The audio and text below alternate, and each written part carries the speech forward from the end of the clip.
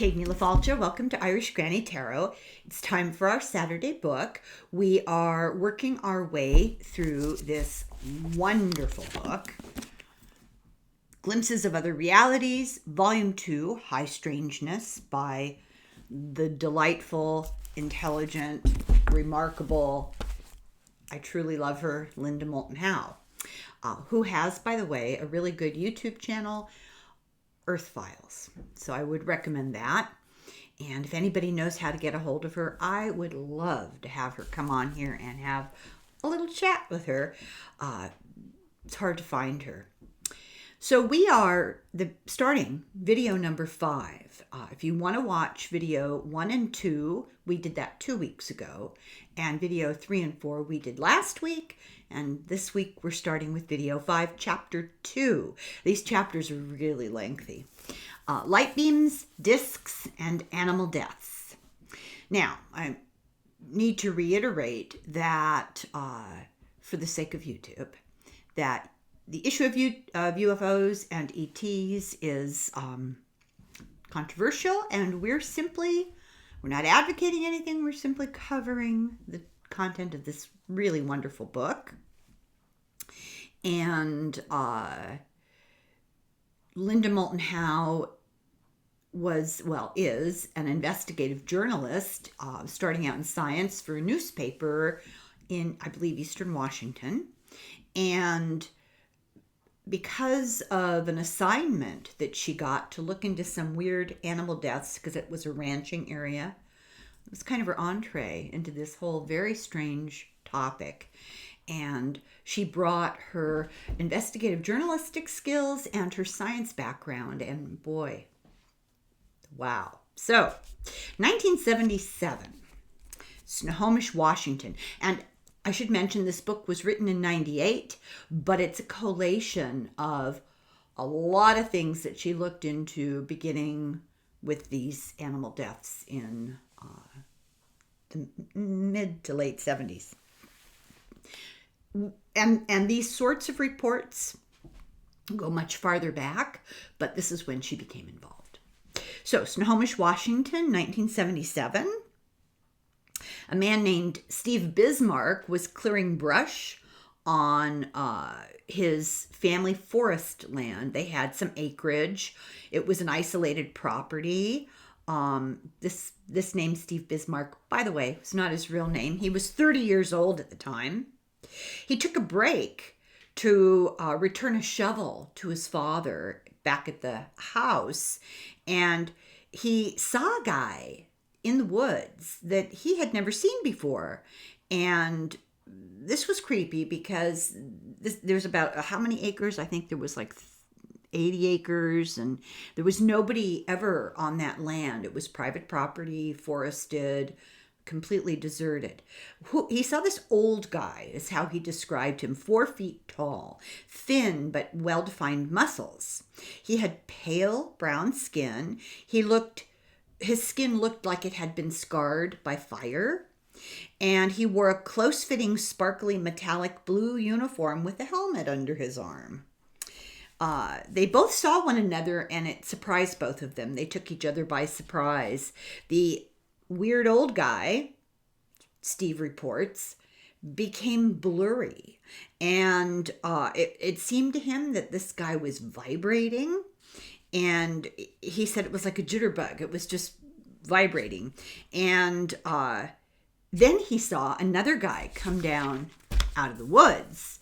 And he started to hear a sound like a hive of bees.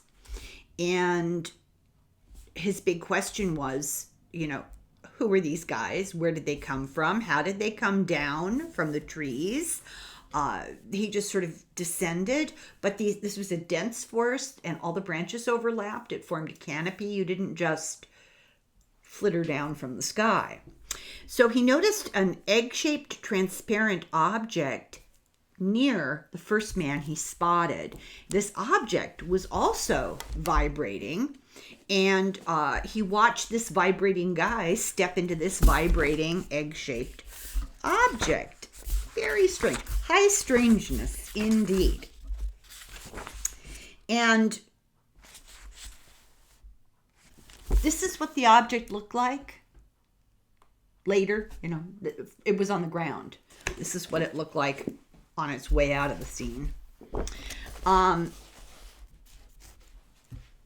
He figured out that this second guy had landed in this weird object, and he said it looked like he saw what looked like an air tunnel, and it looked like it had some sort of advanced elevator related to it. Now, this description is not, it's muddled, because what he was seeing, he had a hard time making sense of. Both guys, little guys, left the egg thing, and there was two of them, one for each of them, and they went straight back up, and instead of sounding like a hive of bees, now it sounded like a flock of ducks. Then Steve heard a whining sound. First it sounded like a train, and then it sounded like a helicopter, and he looked up and saw what he called a flying saucer, and one of these egg things had gone up to this flying saucer, and it let out a roar, and it hovered right above the trees. There was wind coming in their direction, and he feared that it would knock branches off the tree that would hit him and hurt him. And he said this thing looked to be about 50 feet in diameter, maybe as much as 80 feet. He said that he hoped they hadn't seen him, but they had stared at him, so he was nervous about that. He said everything looked speckled like the snow on an old TV set, and the next thing he knew, he saw sort of a wolf with horns and a lion tail that rushed at him, and he got an electric shock feeling, and then he doesn't remember anything after that, and he found that he had later had missing time. So he was disturbed by this whole thing. And in February of 1978, he I guess reported this to like a UFO investigator type person, and that person had him undergo hypnosis. And he could describe a whole lot more under hypnosis. He said that the guys that looked like they were vibrating when he was in hypnosis, he said it looked more like they were inside of a cyclone. And he remembered something looking at him through the windows, down at him through the windows of the object. And this is my favorite part. A cable had lowered from the saucer with a Sasquatch lowered to the ground. So he had a vague impression under hypnosis that there were 4 small men around him, all in the same uniform, and he found himself being taken up very, very fast into this dark object with a red dome, and that there were 2 others, so that we're talking excuse me, we're talking 6 ET characters in uniforms. 2 of them were a little different looking. They had light brown hair on their neck and on their head. He saw others at a switchboard. He heard speaking coming out of radios in several languages, and he recognized English, Russian, and some Asian language. He didn't know which one. He says he felt numb and like he had an electric current running through him. They communicated with each other in a high-pitched tone. He felt like he was crying mentally, but he wasn't crying on the outside. And he was terrified that they were going to go away with him, take him away. Then this guy that he calls a doctor came and this is gross, took out his eye and poked something into the socket, put the eye back. And under hypnosis, the next thing he remembers is being back in the woods. And 9 guys were walking away from him. They had small tanks on their back, and they had big heads. And they were followed by a Sasquatch 8 feet tall with a cone head and black hair, 4-inch long black hair all over its body.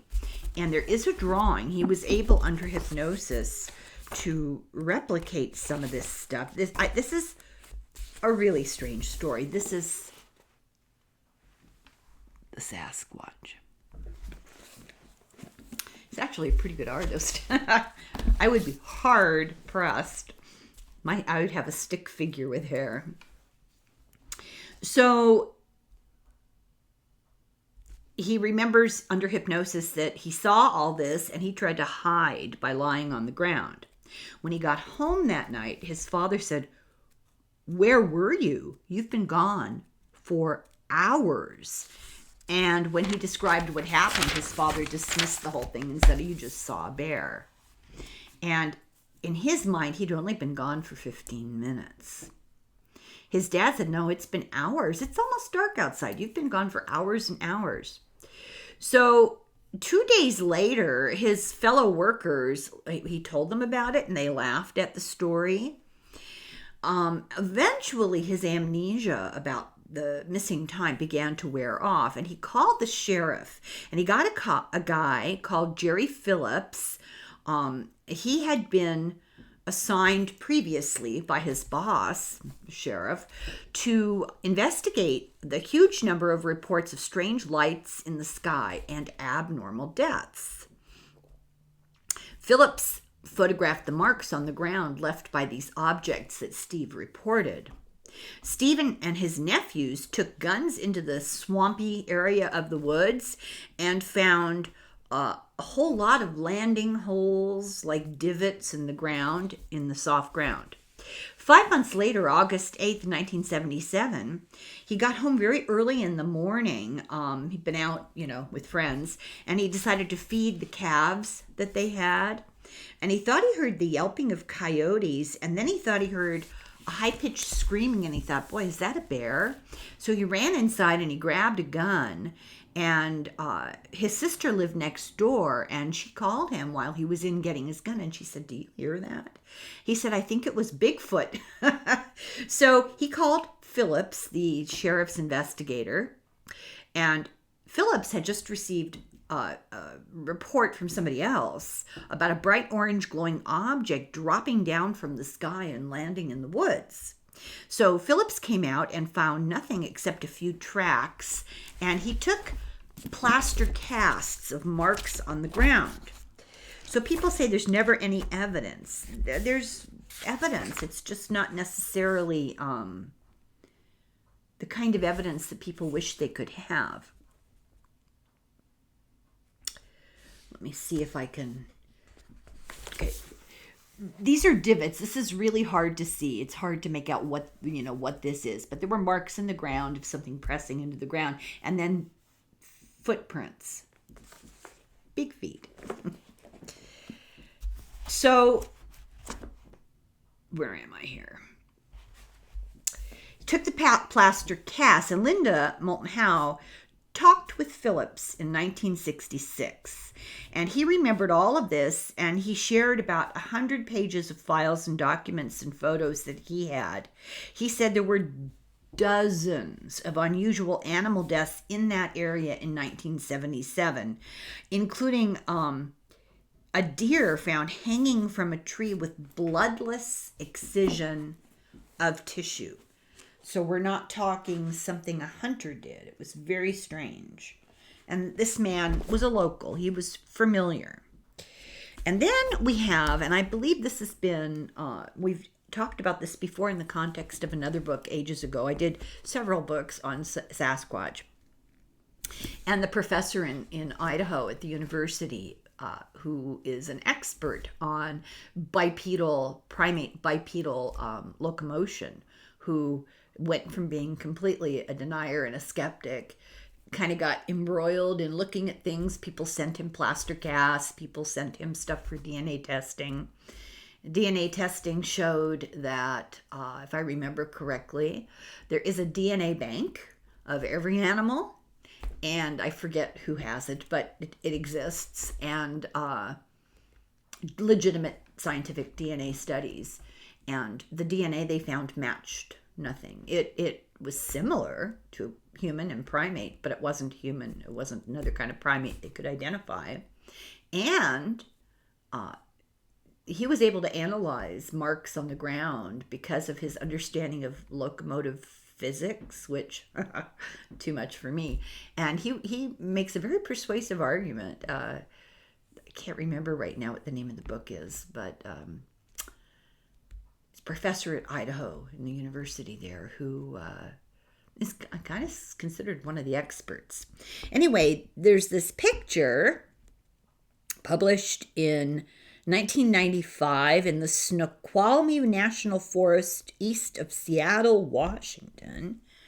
And it's a very strange picture. I don't know if anybody can actually see it there. So, where are we here? Deer. And I wanted to show the picture. Okay. Associated with these strange animal deaths, so they would find animals of varieties: cows, horses, sheep, goats, cats, dogs, deer. Not all at the same time, but they would find cases of any of those types of animals. Rabbits, dead, completely exsanguinated, not a drop of blood in their body, not a drop of blood anywhere. Absolutely bloodless. And the excisions were laser perfect, way before lasers were a thing, you know. And just inexplicable, really strange, organs missing, weird circular excisions. Eventually, they found animals that had internal organs removed with no external incisions, with not like, in one case, the heart was removed from the pericardium. The pericardium is a membranous sac around the heart. The heart was missing. The pericardium was 100% intact, and there was no external excisions. So, I don't know. Anyway, associated with these really unusual animal deaths were also seen beams of lights from the sky, UFO sightings, Sasquatch sightings, and these strange things have been going on even since before the 1960s. And they're global. They're worldwide, and those sightings really increased a lot in the 70s. So there's a report, for example, from Mesa, Arizona in 1972. A guy called Ed Foley was on Highway 10 nearly midnight, and he pulled over to pee. And he left his radio on, and he heard these weird squeals coming from his car radio. Meantime, he sees a star in the southwest sky that's growing, and he saw that it was a disk radiating light like heat waves. And what he drew was like a pancake with a dome, describing it. This thing hovered without sound near him. His radio let off these high sounds. It let off the object let down 2 beams of light, and each beam carried a weird machine to the ground. It emitted light that hit Foley and knocked him out of his physical body. He could then see inside the ship because he was disincarnate. His body was in one place and his consciousness was separated. He could see inside the ship and began receiving telepathic communications that these were non-human intelligent beings, not from the earth, and life forms were ending where they were because their species wasn't being replenished, so there was a reproductive issue. The machines were 6 to 7 foot tall robots that were controlled from the inside of the ship. They went many places to collect what they called organic essence from simple life forms like vegetation, plankton, simple creatures. Man was not fair game, they'd been told. They wanted to communicate with humans, but they told him that they had not been successful in communicating with humans. Foley found himself aboard the ship not his body, just his consciousness. And there were many humanoid creatures busy working at consoles and control panels. He said they were kind of like ants. They were all very, very busy. They were about 30 inches tall, a bronze color. He said maybe they were naked, maybe they were wearing tight bodysuits. He couldn't tell. He said they were like humans, but more like dough men, kind of a little bit unformed, with flexible appendages, domed heads, with large round eyes. Their arms and feet ended in stumps with knobs that projected that could act like tentacles. They didn't have digits. They were knobs that would shoot out like tentacles. And he said, were they mechanical robots? Were they biological androids? He had no idea. That, still remains a mystery. Foley wondered to himself about their planet, and he saw it like bees in a hive. So every time he wondered something, his answer came to him telepathically. They were like bees in a hive, but they streamed in a line into the parked ship, and each came out with a small white package, which had these packages he understood were life essences that had been harvested. And they came in and out of the ship. They came back with these packages, and then the ship took off. And I had something in here I wanted to read, maybe. Sometimes things seem just so, I get so into it, I want to read the whole book out loud and then, think better of it while we're doing these videos. Foley felt he received information about the being's need for Earth life. Specifically, quote, they take blood and vital fluids and brain juices and secretions from some glands of various animals. They apparently need and use this in some way to help replenish their diminishing supply of life essence. They are not concerned about the flesh and leave it intact. They carefully avoid humans as much as possible in their harvesting of the fluid substances.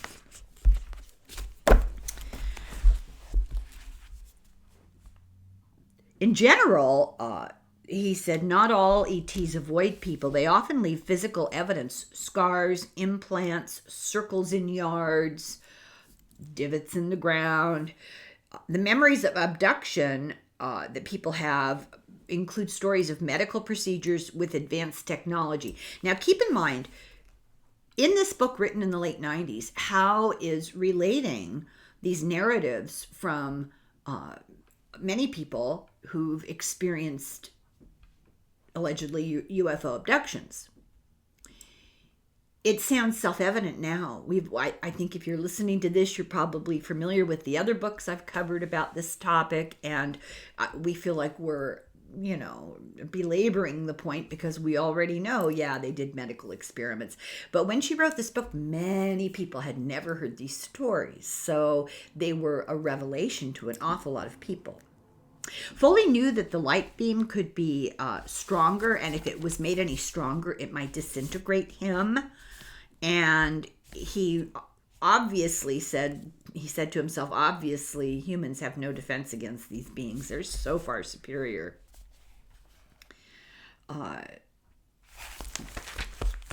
That they would have no problem defending themselves. And it was pointless for humans to even attempt it or consider it. So Foley was back in his body then and standing by his car, still feeling paralyzed and surrounded by light. And then the light, the robots, the ship, the packages, the line of little worker guys, all gone, completely gone. That's his story. In 1975 in La Paz, Bolivia, similar story. So this is several years previous, pre-internet, similar story. ETs from a ship with divers' tanks on their back, a beam of light, knocked a flock of sheep out. The shepherd tried to intervene and was paralyzed by a beam of light. Eventually the ship left, he recovered, and left behind 34 dead sheep.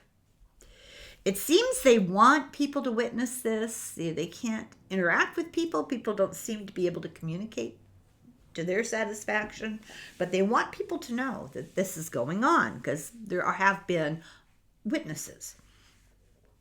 August 29th, 1987, 27-year-old Tim Flint in Portland, Oregon, in his apartment at 3 o'clock in the morning, fell asleep on his couch, closed his eyes, and found himself cold and stiff in a dark pasture.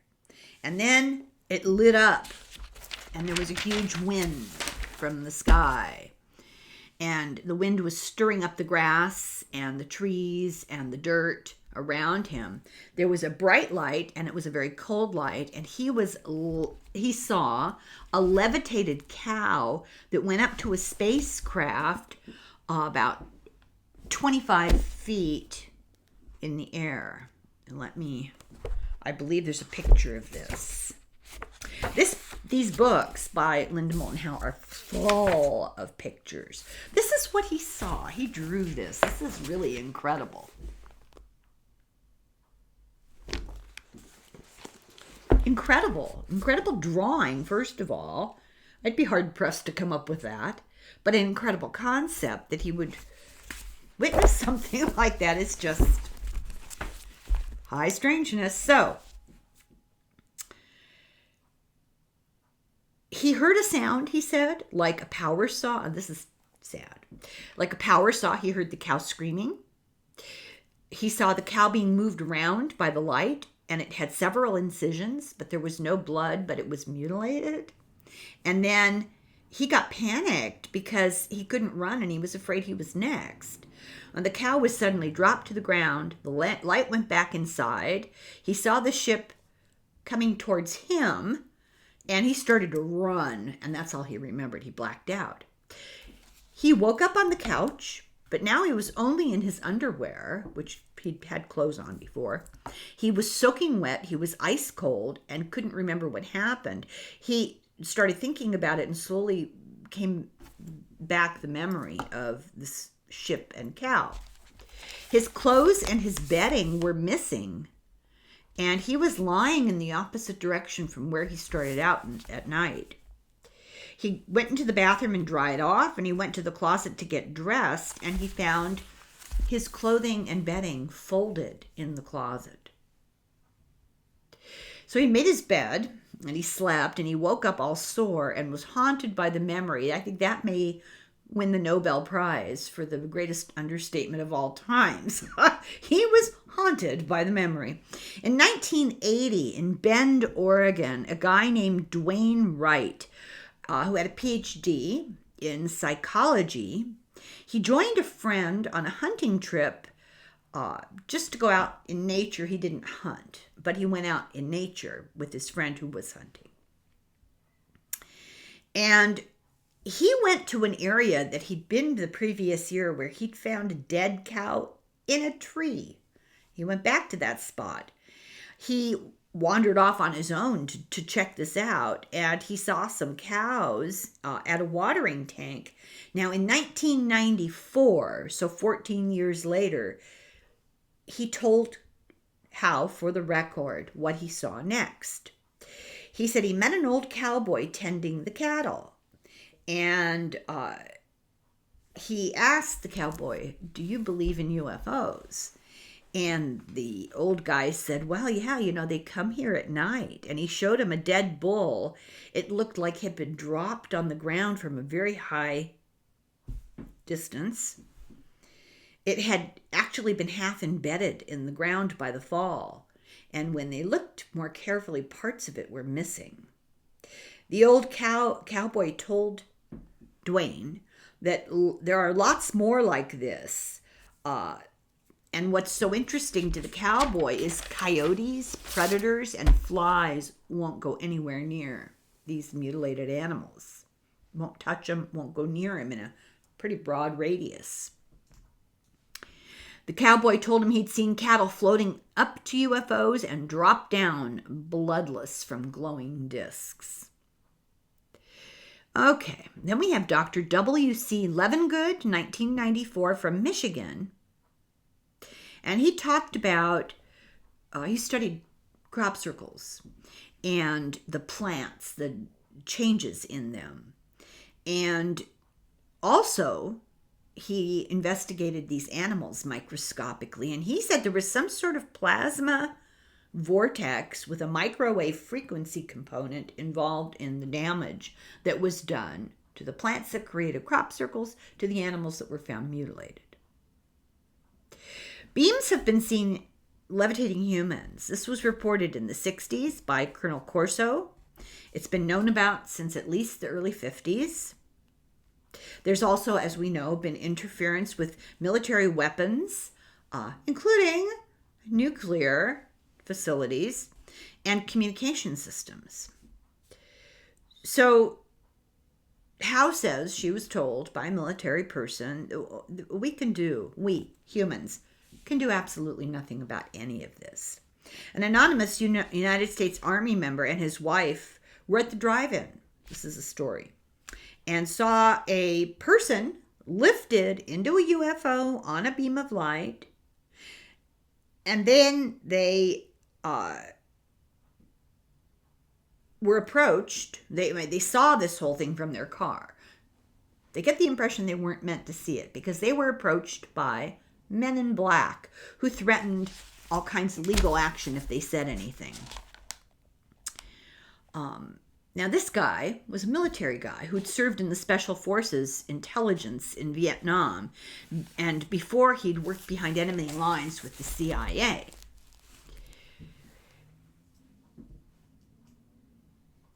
They had chased, while he was in the military, sorry for the hesitation, I'm trying to read my writing. They chased strange lights in the sky, these military guys. And they were never told what they were chasing or why they were chasing them or what they were supposed to do if they found what they were. And was their job working with intelligence and the CIA was to chase these lights. So one night, back in the United States military, he was in a guard shack on a base, and the other guard freaked out and told him, he was going to this base, and he gets to the guard shack, and the guards freaked out, and the guard made him keep his gun loaded. He said, which is unusual entering the base, that wasn't protocol. But the guard was so freaked out, he said, you better keep your gun loaded. Go to the provost marshal MP station ASAP.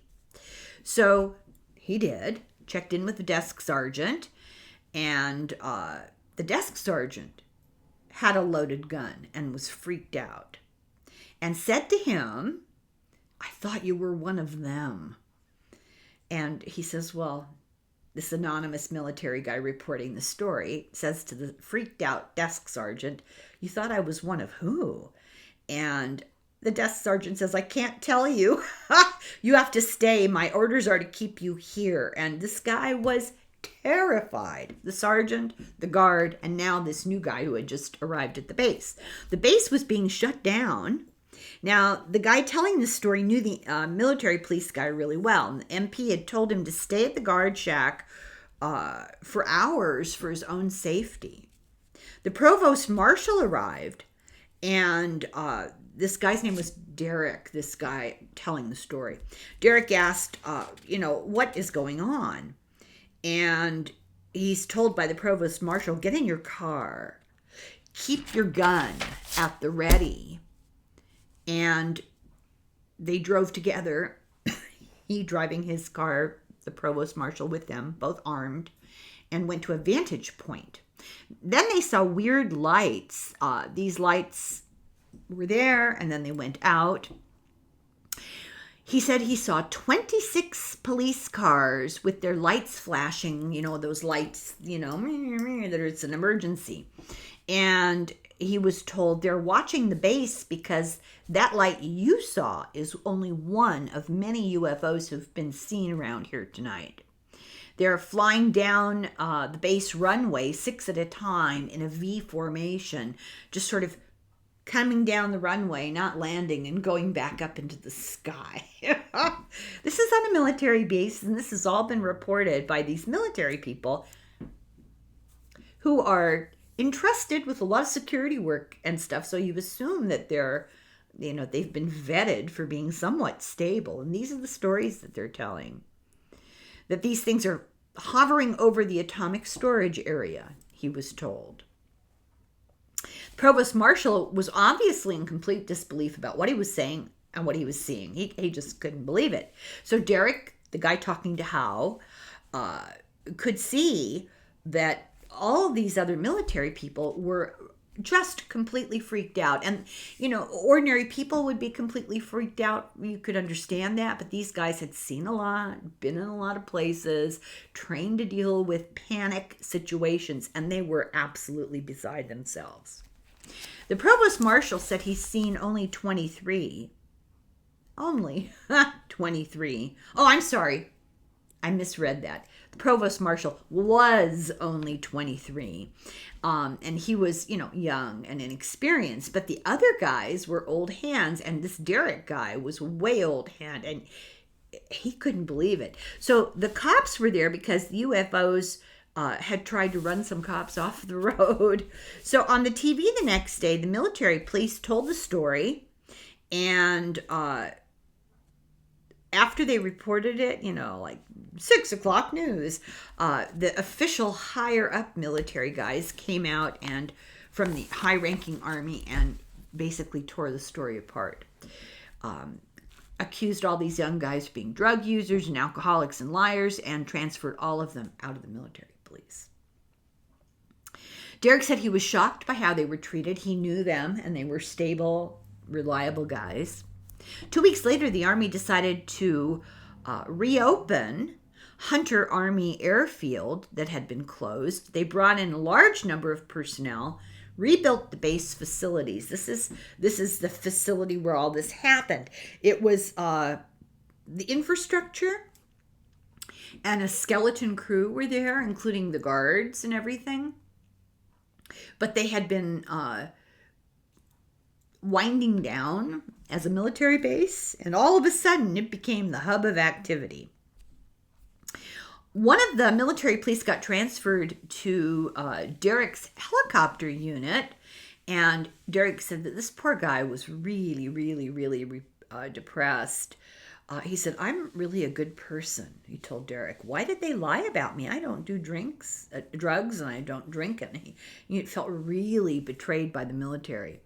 He told about being chased by a UFO at 100 miles an hour and having his car driven into a ditch. He'd called for help, and the military police station called the cops. That's why all those cops were there. Derek asked a cop later, and the cop did not want to talk about this at all. The cop admitted that when he got back to the base, this had just happened. And when he got back to the base, there were 2 men in black waiting for him in his home on the base that night. And they told him not to talk about it or he and his family would be killed. The cop refused to talk to Derek, who was talking to Howe. Derek talked to the first cop on the scene who saw the military police car in the ditch with 2 military policemen sitting in the front seat frozen. He said he thought they were dead. He thought they'd had an accident and they'd been killed. He couldn't understand why they were so scared. They were frozen in terror. And this city cop couldn't understand what was going on. And then he never saw anything. He didn't see. So these guys were incoherent. Suddenly, a black sedan drove up. It was driven by uniformed specialists. Guys in black suits got out and gave the cop a piece of paper.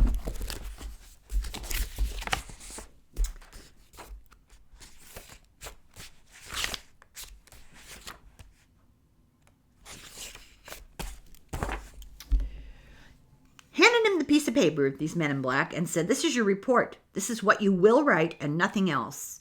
Then the guy in the uniform got back into the sedan, and the other guys got in and drove away. And the guy who was given the paper and told to make this report told Derek the paper was nonsense, that a prowler had been in the area and they'd investigated and it was nothing. Had absolutely nothing to do with the actual event that so many people witnessed. It was nonsense. The cop refused to cooperate. He wrote a real report, and a few days later the report was gone, and it was replaced by a little card about a minor event with his own real signature on it. He'd never signed anything to that effect whatsoever. So here's another event. April of 1974. Derek said that he had been reassigned to Fort Stewart. He and his wife went to a drive-in to watch a weird light in the sky descend behind the screen. And this is the story of, them at the drive-in. It changed colors throughout the spectrum of colors, and then it turned white, and it moved in a perfect clockwise square in the sky 3 or 4 times. It stopped and hovered over a blue cop light. It sent a beam down in a telescoping fashion like a defined structure of light. It went like that, like it was telescoping out.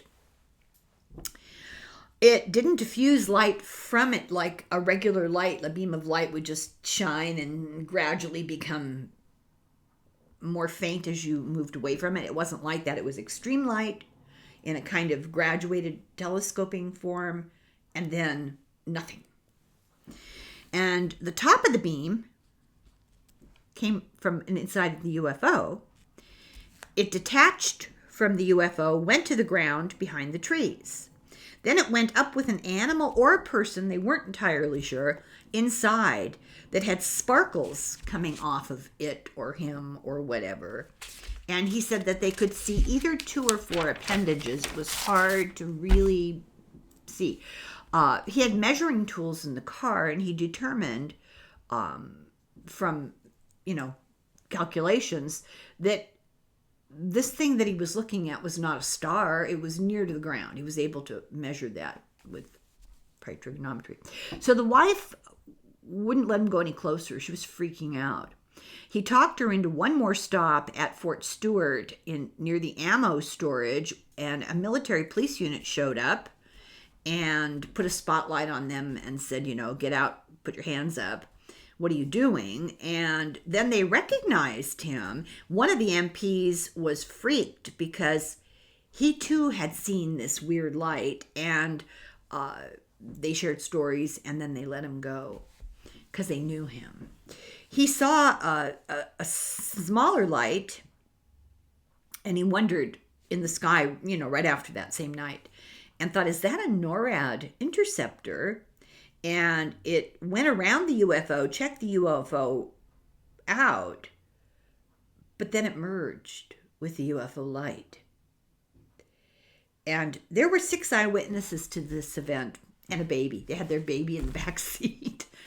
Normally, the MPs would have reported it, but they fled. He reported it, and he was told, thanks. You saw swamp gas. Literally, that's exactly what he was told. So then he went to NORAD. He didn't call them ahead. He just showed up. And he was met outside, even though, how did they know he was coming? He was met outside by a colonel that he'd never met. He told the story to the colonel. The colonel acted all buddy-buddy and interested in everything and said, oh, this is interesting. Let's go see what we've got. Nobody asked him for his ID. They took him into a top-secret facility. And this strange colonel that he never met just walked him into this facility. You should have had clearance. He was introduced to a room full of people at work at a station. They showed him a tape. He had no idea what he was looking at. And then they told him, see, there's nothing to see here. There's nothing there. He was approached by a guy that he knew well. And the guy said to him, kind of like under his voice, come back when everybody else leaves. What you saw was real. You're not nuts, but you can't talk about it. Don't ever come back here, he was told. Never talk about this. Don't let anybody know that you stayed late to talk to me. Get out of here without being seen. He tried one more time at the Air Force Base to report the UFO and was told very abruptly to whoever he reported it to, I don't have time for this. Get out of here. I don't have time for this nonsense. And let's see here what we got here.